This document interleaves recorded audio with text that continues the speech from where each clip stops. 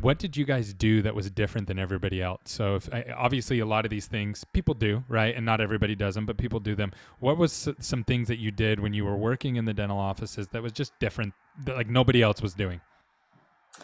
Um, I think that it was, there's a couple things that come to mind, but the overarching thing that comes to mind is really so much time and effort in our people.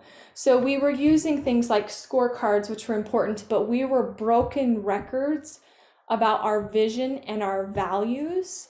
And we also, like, if I made a list for you of the meetings that we had or the cadence that we have, a lot of people are like, no, no, no, like that's way too much. However, it was in our connection with people, both individually and as groups, and the constant communication from us, that I think that's why we had this very young team. I mean, we had 200 team members, and at one point, like my oldest dentist was Clifton. At that point, he was 38.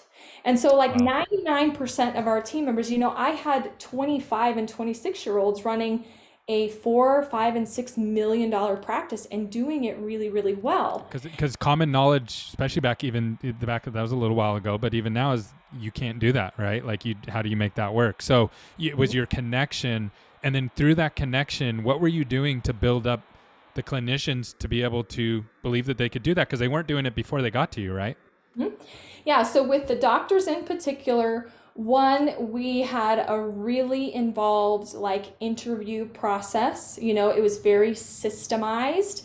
It was first on core values, but then it was like, what are the procedures that you do? And if you couldn't already do those things, like we had to be very picky about who we took. So it couldn't be like, I want to do molar endo. It's like, no, you have to do molar endo.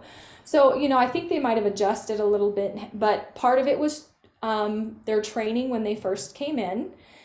We had an entire doctor's manual, and some like a bunch of documents that they had to read that in its entirety before they even showed up to do hands-on training with Eric. They would come in, they would do hands-on training with Eric for a few days. It was a lot of like in the front, sometimes it was 2 weeks before we even put them in front of a patient. Wow. We had amazing team members that would go through the products. We had really great systems around our dentists, so we knew how we scheduled. We were very clear that we operated 7 to 7. A lot of it is very clear expectations from the beginning. And like, if this works for you, great, you're going to love it here. If this doesn't work for you, it's okay. You don't have to work with us. But then it was things like there was a once a month doctor meeting that was part of their contract. They had to come to that. There was CE, but there's also social stuff. Like we brought in dinner, they'd have a beer together, music would be playing loud, we'd have fun, and then they would have CE.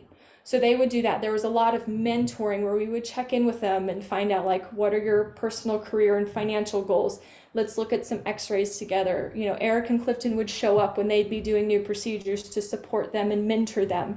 Then they had one-on-ones with Clifton, and then they had, we had masterminds for our partner dentists where once a month they would come up.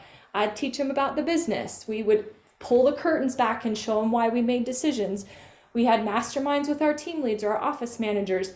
They got weekly communication from us on cascading messages. We had a Facebook group just for dentists, and then one for all of our team that we were constant, like just this constant barrage of communication and an expectation that we were a high performance culture. So it's over communication is really what it sounds like, is that you guys were not only saying, hey, these are our values, this is where we want to go, this is where we expect you to go, but that was like on as much as you could communicate it as humanly possible in as many different ways.